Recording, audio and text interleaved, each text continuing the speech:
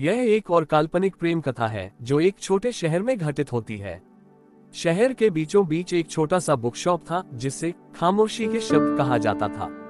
यहाँ एक लड़की रिया काम करती थी। वह बेहद शांत और किताबों की दुनिया में खोई रहने वाली थी। उसका दिल किताबों में बसा था और हर किताब से उसे एक नई दुनिया की झलक मिलती थी। लेकिन रिया का विश्वास प्रेम और रिश्तों पर बहुत कमजोर था, क्योंकि उसने अपने बचपन में एक गहरी चोट खाई थी जिससे उसे लगा कि सच्चा प्यार केवल एक भ्रम है। एक दिन शहर में एक लड़का करण एक बिजनेस ट्रिप से आया।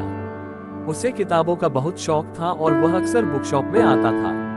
करण को रिया का खामोश चेहरा बहुत आकर्षित करता था और वह उसे धीरे धीरे जानने की कोशिश करने लगता।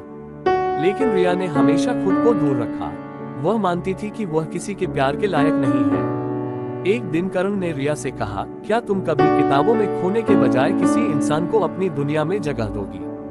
रिया चुप रही, लेकिन उसके मन में बहुत सारे सवाल उभरे। करण का सवाल उसे परेशान करने लगा।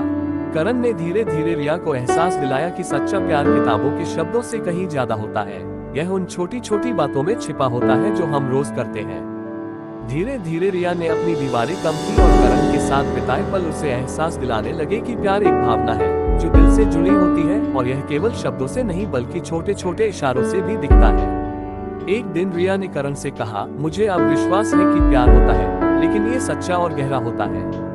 इस पर करण मुस्कुराया और बोला, प्यार किसी किताब का आखिरी पन्ना नहीं, बल्कि उसकी कहानी है जो हमें जीने के लिए होती है। उनका प्यार धीरे धीरे परिपक्व होता है और दोनों एक दूसरे को अपने भीतर की सच्चाई से जानने लगते हैं। रिया अब विश्वास करने लगी कि प्यार वाकई होता है और कभी कभी वह हमें उस इंसान के साथ मिलता है जिसकी हमें सबसे ज्यादा जरूरत होती है। कहानी का सार है कि प्यार कभी किताबों में नहीं होता, वह उन छोटे छोटे पल और समझ में होता है जब हम दिल से एक दूसरे के साथ होते हैं।